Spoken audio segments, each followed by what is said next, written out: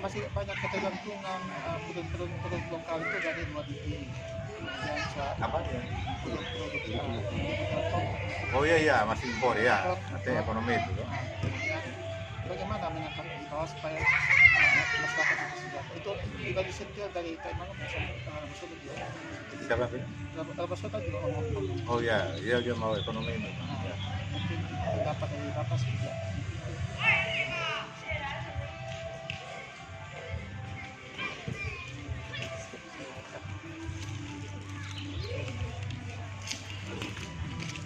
Ya cuma Oh.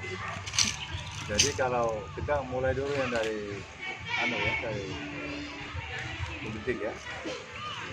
Jadi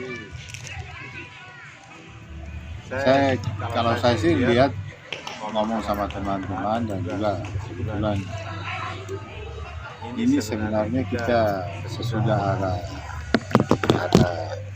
kebuntuan ya. Istilahnya apakah bahasa Indonesia, kalau bahasa Inggris kan kalau di sini kan terkenal namanya impasse. Impasse itu deadlock, political deadlock, kebuntuan toh. Dan itu kan terjadi sejak tahun 2017. Jadi 2017 rentetannya itu, kemudian 2018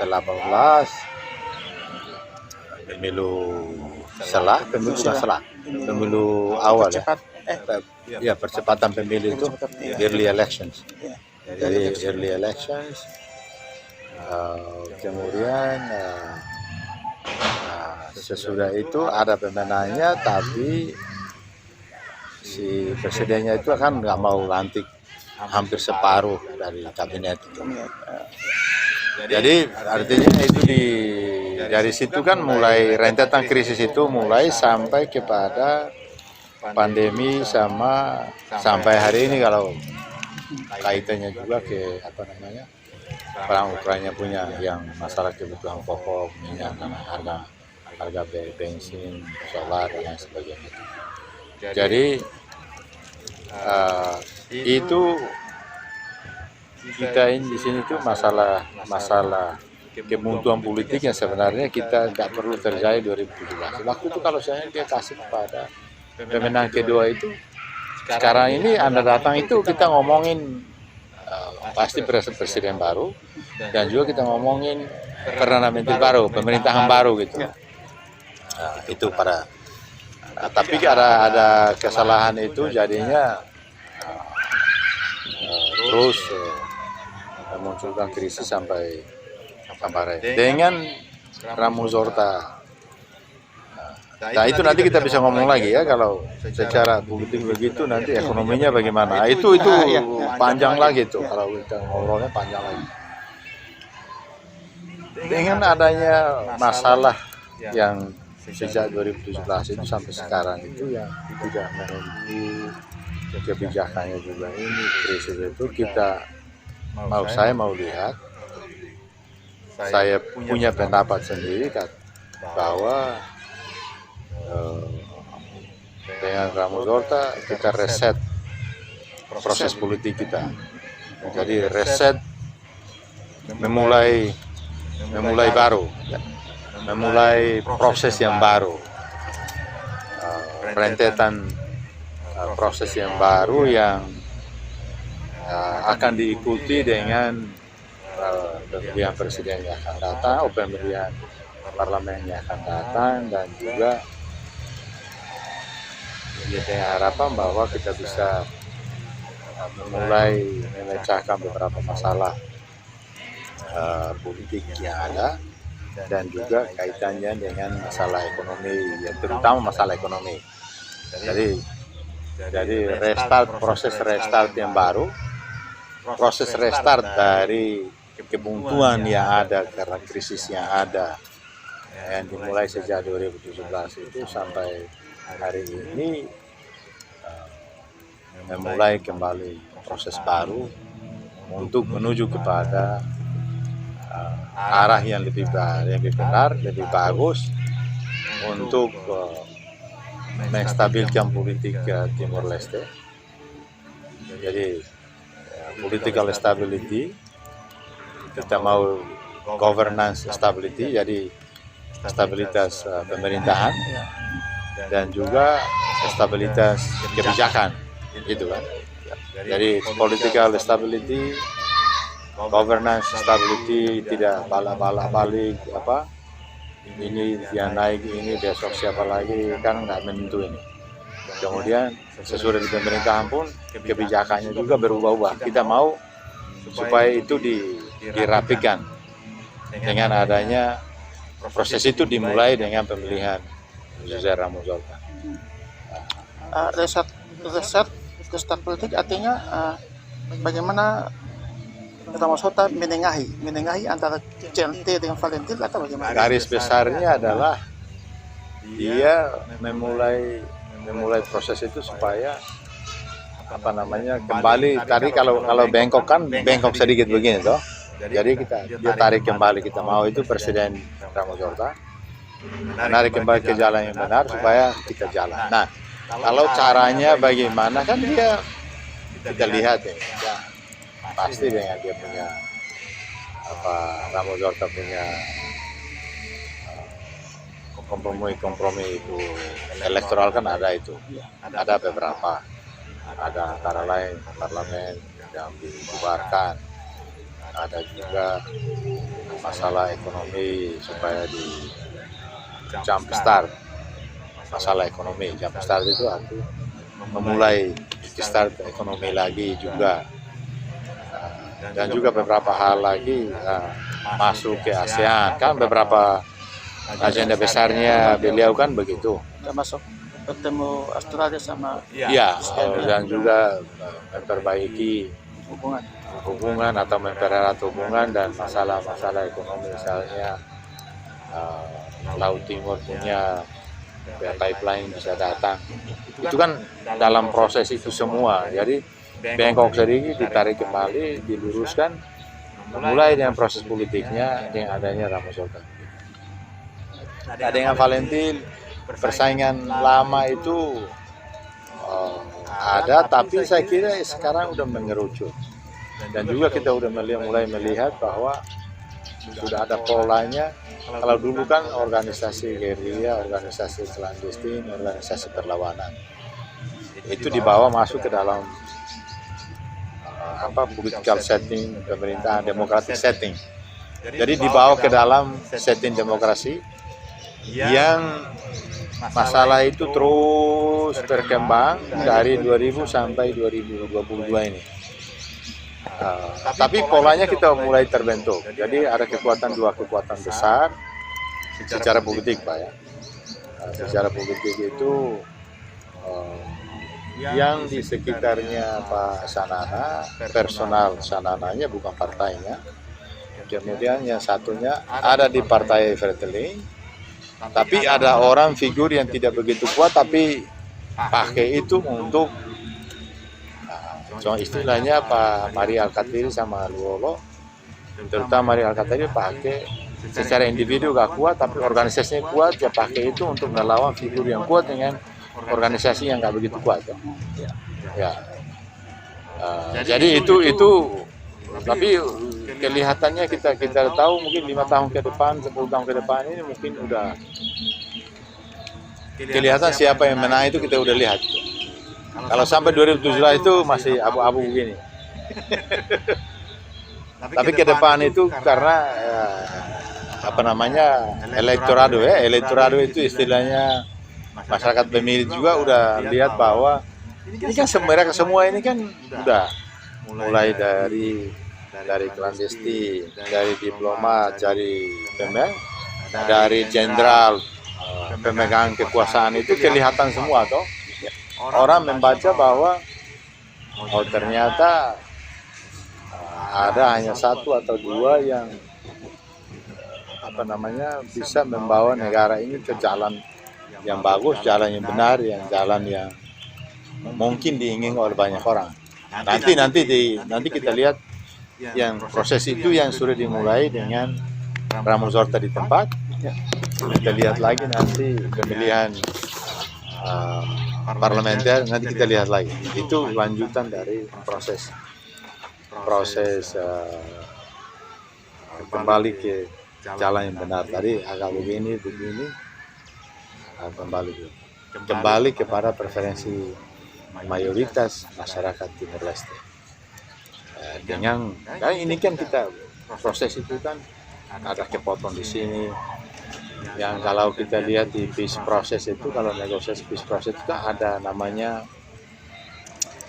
spoilers of peace process. Spoilers of peace process.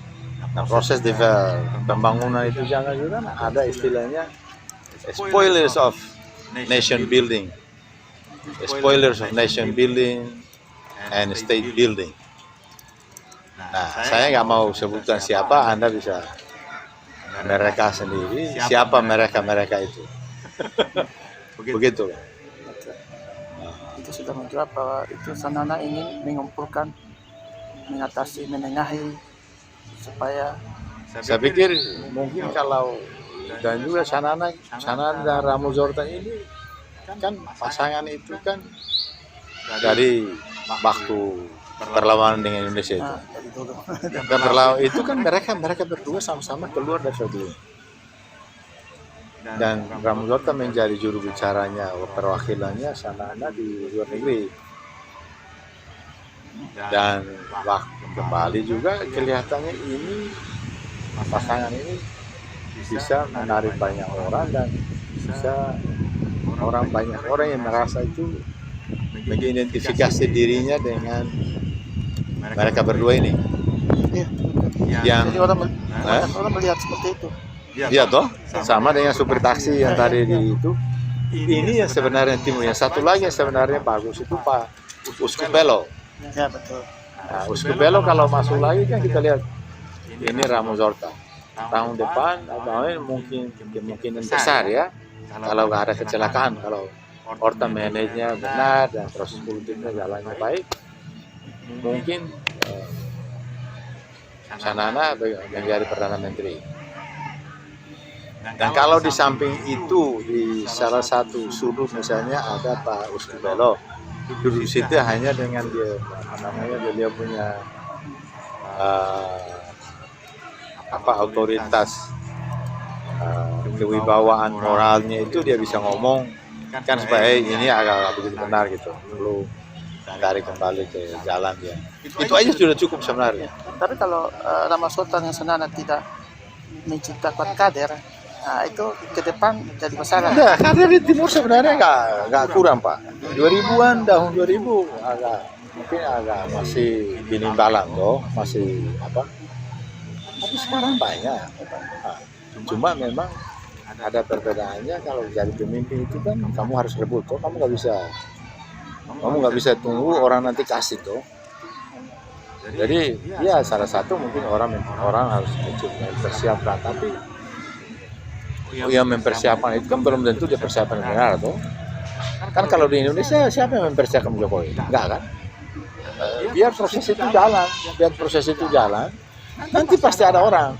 Nah, orang itu banyak di partai politik ada, di sektor pribadi, sektor usaha swabisnis ada, di universitas akademik ada, di NGO ada. Nah, Bapak lihat nanti ambil itu contoh dari peserta kandidat presiden, coba dilihat itu grup itu aja. 16 orang. 16 orang, lihat grup itu aja. Ada di sana yang cukup banyak.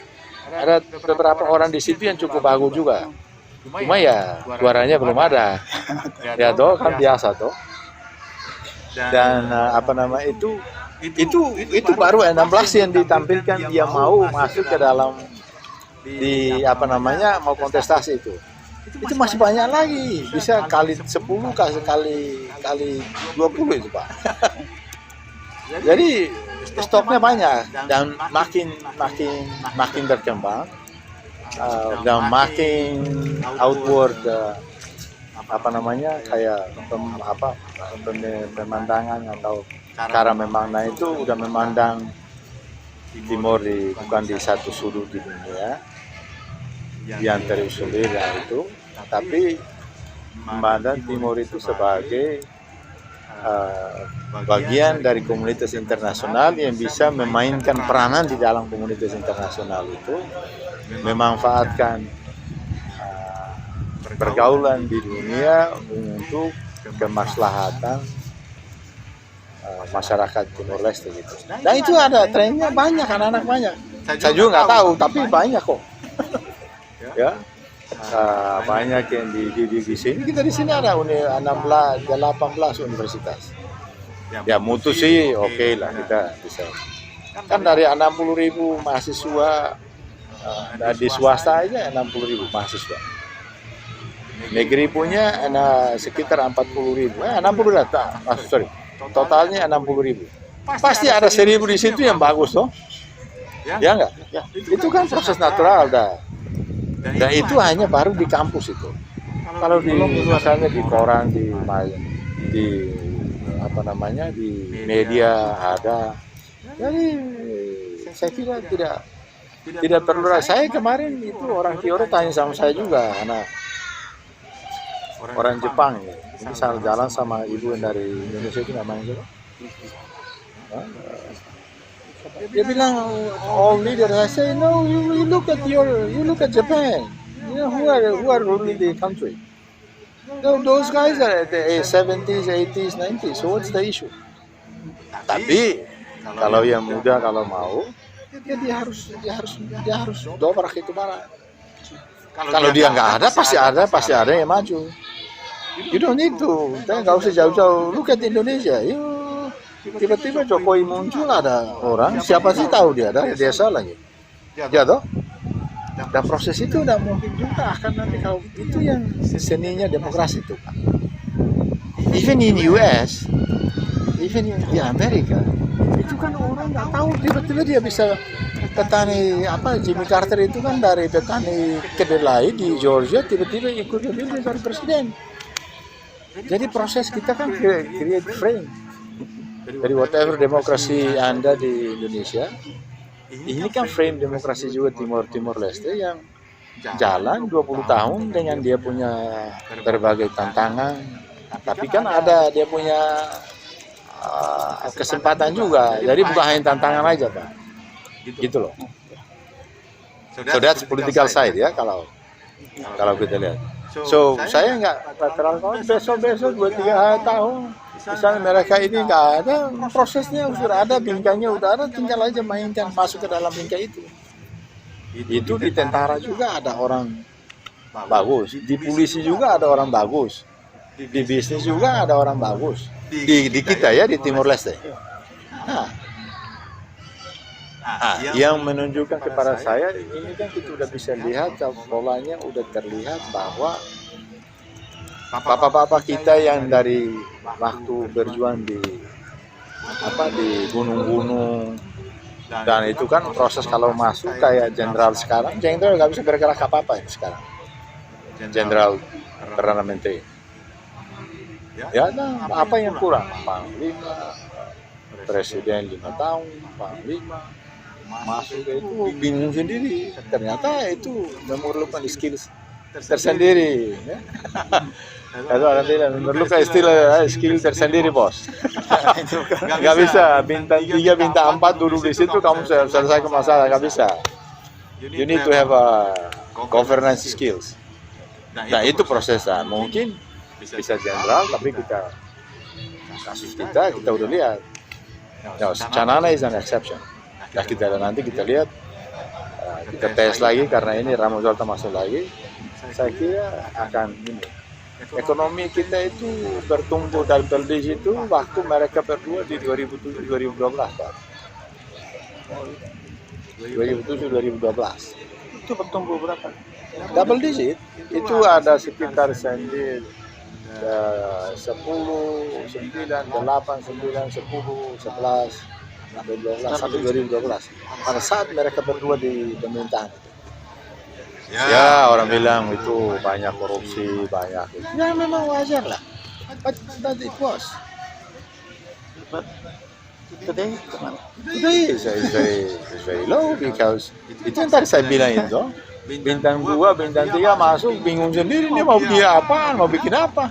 Ya toh? Oh, ini sekarang udah mau selesai pemerintah bikin anggaran apa? Di Indonesia tuh anggaran apa? Anggaran istilahnya apa? Rectified budget itu. Perubahan anggaran. Ya, perubahan anggaran yang istilahnya itu ada bagus itu istilahnya.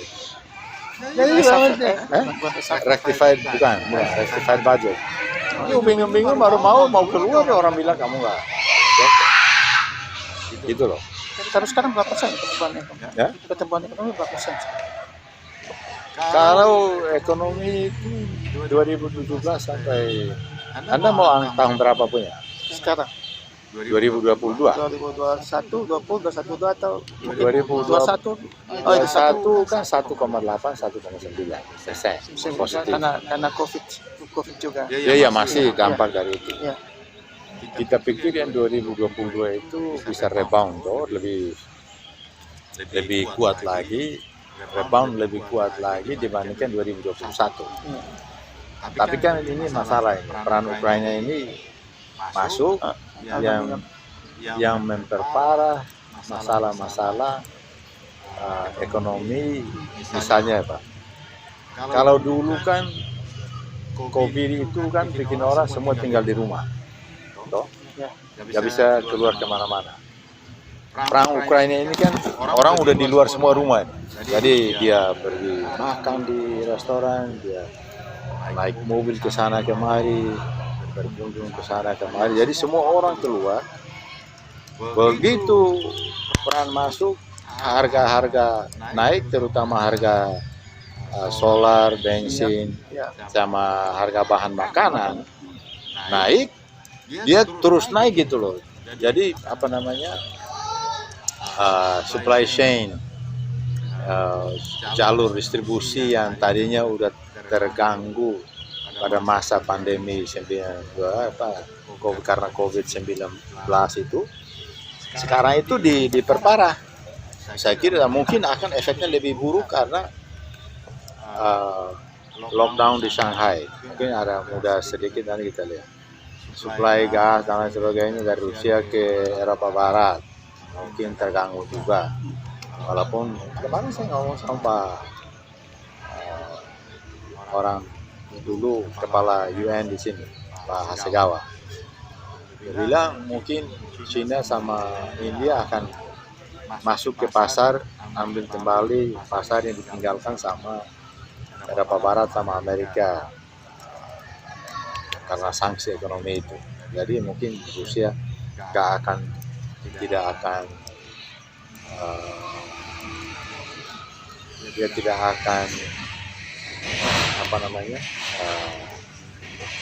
menderita lebih parah dari yang seharusnya yang diinginkan oleh Eropa Barat sama Amerika dengan menerapkan sanksi ekonomi itu.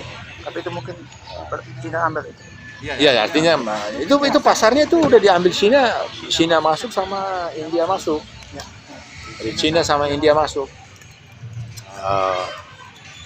Oleh karena itu jalur distribusi internasional ini terganggu, berdampak kepada kenaikan harga apa aja yang kita beli. Ini kan Qatar Airlines dia bilang harganya itu fuelnya naik bisa sampai 50% itu. Harga fuel Qatar Airlines ya. Itu kita belum lihat ke Emirates, kita belum lihat ke yang lain-lain. Kalau kita mengamati lebih baik itu lebih parah lagi. Nah, itu berdampak ke Timor Leste yang tadinya saya pikir bisa bertumbuh otomatis ya, tidak ada kebijakan pemerintah, tapi rebound karena konsumsi domestik kembali lagi naik ke atas dengan walaupun agak gangguan pandemik itu, dia bisa ada sekitar 3% lah. Nah, sekarang 2022 itu perspektifnya bisa aja sekitar 0%. Sekitar 0% or even negatif. Ya. Ini kan masih ada beberapa bulan, toh ini baru bulan Mei ini, Pak. Ya. Satu lagi, kemarin Santana kan singgung soal garis perbatasan Jawa Timur terus Perbatasan. Mungkin ada masalah di apakah perbatasan itu apa ya maksudnya maksud Yang mana ya? maksud Ramos Horta itu seperti apa? Oh, dia Jalan berpejuang- Timur ini kan negosiasi negosiasi batas apa namanya, batas maritim untuk mengeksplorasi nah itu minyak di Jalan Timur. ya. Kan posisi Shanana dan juga saya kira Ramos Horta itu mau supaya pipeline itu datang. Jadi LNG proses LNG-nya itu daripada dibawa ke Darwin, Australia, ya nanti di sana yang Pola dapat keuntungan Dapat seluruhnya ditarik ke ini. Nah itu yang jadi beberapa jadi contention di antara Timor Leste diwakili Shanana dengan Australia punya.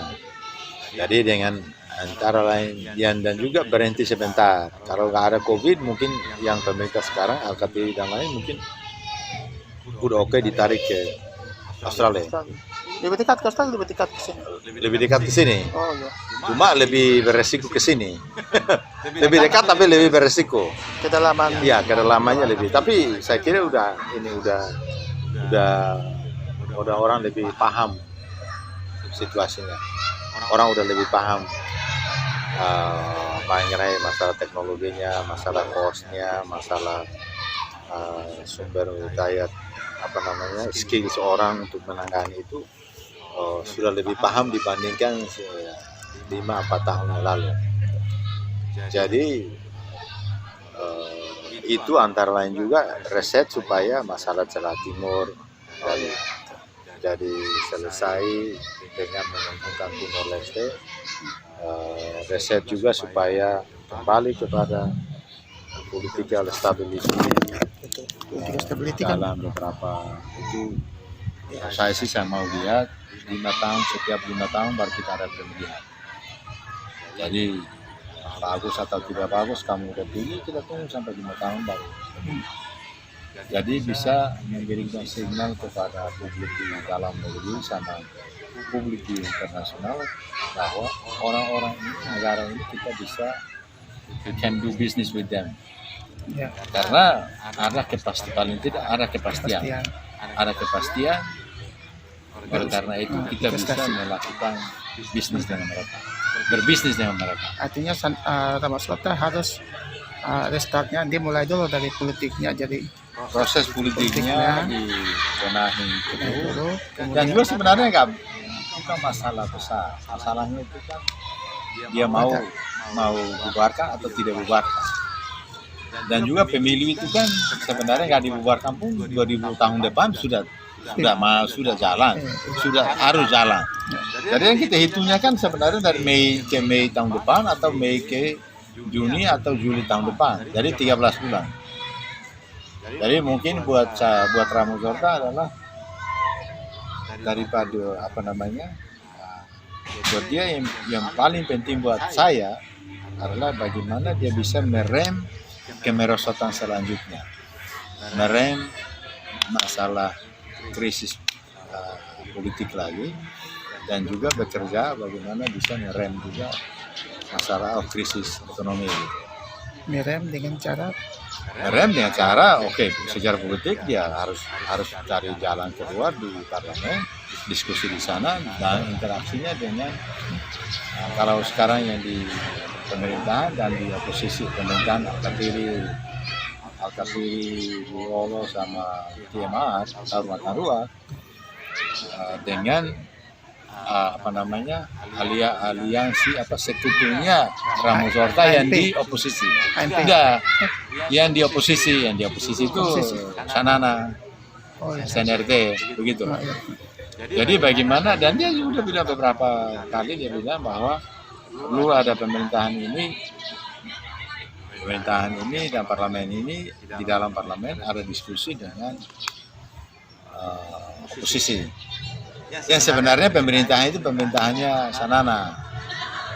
Shanana yang keluar itu yang oposisi, partai oposisi yang itunya malah masuk, jadi tukar tempat aja. Tukar tempat dengan dua partai yang lain itu tetap ada di situ. Yang sebenarnya ya kalau mau masuk akal ini sebenarnya nggak perlu yang sebenarnya udah dibubarkan lama itu. Nggak perlu ada. Nah, karena itu menyalahi aturan, menyalahi konstitusi, tidak diakui konstitusi. Karena hanya kita mau berkuasa aja, jadi orang ya nggak tahu lah. Saya kira di Indonesia kan ada diskusi ya. Sekarang mungkin udah berhenti kan, supaya tidak usah ada pemilu, perpanjang aja.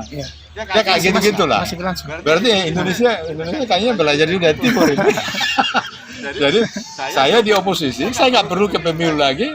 Saya lihat dia mereka kayak ini, dia keluar, saya masuk aja karena dia punya sekutu ada di presiden Luolo.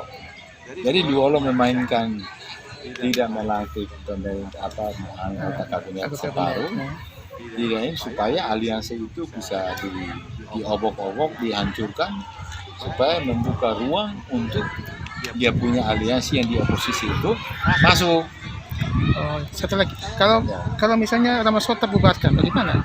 Apakah dia You go to the first new elections, fresh elections, nggak ada masalah.